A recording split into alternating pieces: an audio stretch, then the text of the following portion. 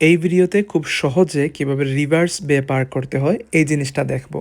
Driving টেস্টে examiner এরকম একটা কার পার্কে নিয়ে আসতে পারে, আসার পরে আপনাকে রিভার্স বে পার্ক করার জন্য বলতে পারে।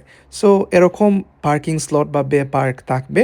সো সাপোজ আমি এই বেতে আমি পার্ক করতে চাচ্ছি, এর জন্য আমি কি করব, এই যে 1 2 তারপর হচ্ছে এই যে 3, এরকম তিনটা হোয়াইট লাইন্স কাউন্ট করার পরে আমরা রেফারেন্স পয়েন্টটা কাউন্ট করা ট্রাই করব। রেফারেন্স পয়েন্টটা প্রত্যেকটা গাড়ির সাইজ অনুযায়ী ডিফারেন্ট হতে পারে, কিন্তু এটা কোনো বিগ ডিল না। যেমন আমি আমার গাড়িতে এই যে ডোর হ্যান্ডেলের ঠিক পিছনেই আমার রেফারেন্স পয়েন্টটাকে কাউন্ট করি। তারপর যেহেতু এটা রিভার্স বে পার্কিং, তাই আমি আমার গাড়িটাকে রিভার্স মোডে নিয়ে গেলাম। এরপরের স্টেপ হচ্ছে স্টিয়ারিং হুইলটাকে একেবারে ফুল লেফট টার্ন করব, মানে all the way to the left. এরপরে আমার কাজ হচ্ছে লেফট রাইট মিররগুলা চেক করা এবং অবশ্যই ব্লাইন্ড স্পট চেক করা। এবং যেহেতু এটা একটা কার পার্ক হবে, আশেপাশে গাড়ি থাকতে পারে, মানুষ হাঁটাহাঁটি করতে পারে, সো এই বিষয়ে অবশ্যই আপনাকে খেয়াল রাখতে হবে। সব কিছু চেক করার পরে স্লোলি ব্রেক প্যাডেল থেকে পাটা তুলে আনবো এবং গাড়িটা অটোমেটিক হচ্ছে এরকম টার্গেটেড বেতে প্রবেশ করা স্টার্ট করবে। আপনি যখন 3 হোয়াইট লাইন্স ঠিকঠাকভাবে কাউন্ট করতে পারবেন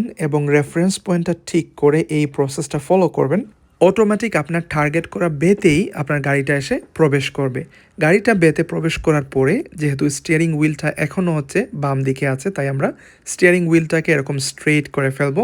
হুইলটাকে স্ট্রেট করার পরে যখন আবার ব্রেক প্যাডেল থেকে পা তুলবো, গাড়িটা আস্তে আস্তে পিছনের দিকে চলে যাবে। আমি চাচ্ছি গাড়িটা যাতে পারফেক্টলি বের মধ্যে প্রবেশ করে।